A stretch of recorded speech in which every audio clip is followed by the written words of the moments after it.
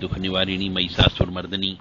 चंड मुंड नाशिनी सिंह वाहिनी क्लेश नाशिनी पाप नाशिनी दुरितापहारिणी शत्रु संग विधारिणी आप सबको सुखी रखे, स्वस्थ रखे, प्रसन्न रखे। ओम नमो भगवते वासुदेवाय, ओम नमो भगवते वासुदेवाय, ओम नमो भगवते वासुदेवाय, ओम नमो भगवते वासुदेवाय, ओम नमो भगवते वासुदेवाय, ओम नमो नारायणाय, ओम नमो नारायणाय, ओम नमो नारायणाय, ओम नमो नारायणाय, ओम क्लीं कृष्णाय नमः, ओम क्लीं कृष्णाय नमः, ओम क्लीं कृष्णाय नमः, ओम क्लीं कृष्णाय नमः। देव राधा ट्रस्ट सत्यवाणी चैनल से आप तंत्र से संबंधित ज्ञान सुन रहे हैं। यदि किसी वर्षों को, यदि किसी मनुष्य को पिछले हो सकता है 1 साल, 2 साल, 5 साल, 10 साल, जब भी कोई मनुष्य पूजा करने बैठता है या किसी मंदिर में जाता है या हवन यज्ञ अनुष्ठान पर बैठता है तो उसका हाथ हिलने लगता है, ऐसी भी समस्या होती है।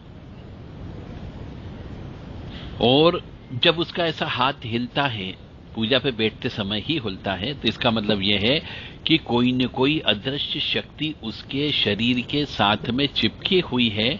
जो जब भी वो पूजा करता है तो पूजा लेने के लिए आ जाती है, ना पूजा खुद लेती है, वो किसी और के पास पूजा नहीं जाने देती है। ऐसा मनुष्य सुखी नहीं रह सकता, क्योंकि उसकी पूजा कोई दूसरा ले जा रहा है। और इसका कारण है कि पिछले जन्म के कर्म के अनुसार उस मनुष्य के द्वारा किसी की हत्या करके वो आया है। ऐसा उसकी पत्रिका से देखने से पता लग सकता है कि ये पिछले जन्म का हत्यारा है, इसलिए वो हत्या की हुई आत्मा अपना बदला लेने के लिए इस मनुष्य ने जब दोबारा से जन्म लिया तो उसके साथ में आज आ गई है, और वो इस जन्म की जितने भी उसके पुण्य है, दान है, पूजा पाठ है, उसका फल वह आत्मा प्राप्त करती है।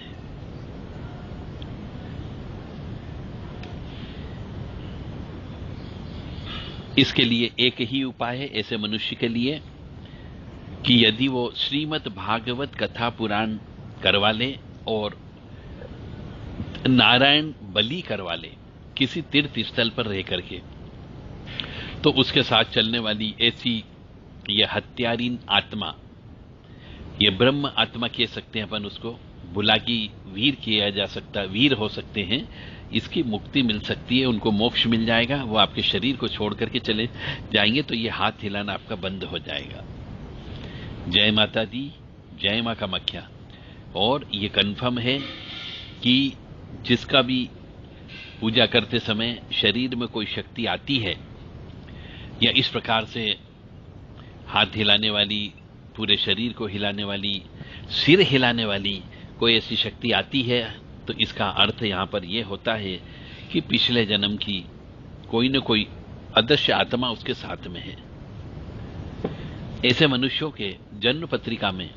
शनि राहु एक साथ बैठा हुआ हो सकता है, शनि राहु अष्टम भाव का हो सकता है, शनि राहु लगन में भी हो सकता है, यानी शनि राहु की युक्ति अवश्य होती है, या फिर राहु चंद्र की युक्ति होती है, या फिर शनि चंद्र की युक्ति होती है। यानी कि ये 3 ग्रह ऐसे हैं, यदि ये कहीं पे आपस में मिलकर के बैठ जाते हैं तो फिर मान करके चलो निश्चित तौर से पिछले जन्म की प्रेत आत्माएं उसके साथ में है। और जब ये पिछले जन्म की इस प्रकार की प्रेत आत्माएं साथ में होती है तो उस मनुष्य का जो पूजा पाठ होता है वो कोई दूसरा ही लेकर के चला जाता है, और उसे कष्ट की प्राप्ति भी होती है, और उसे विशेष विशेष प्रकार के अनुभव भी होते हैं। जय माता दी, जय मां कामाख्या।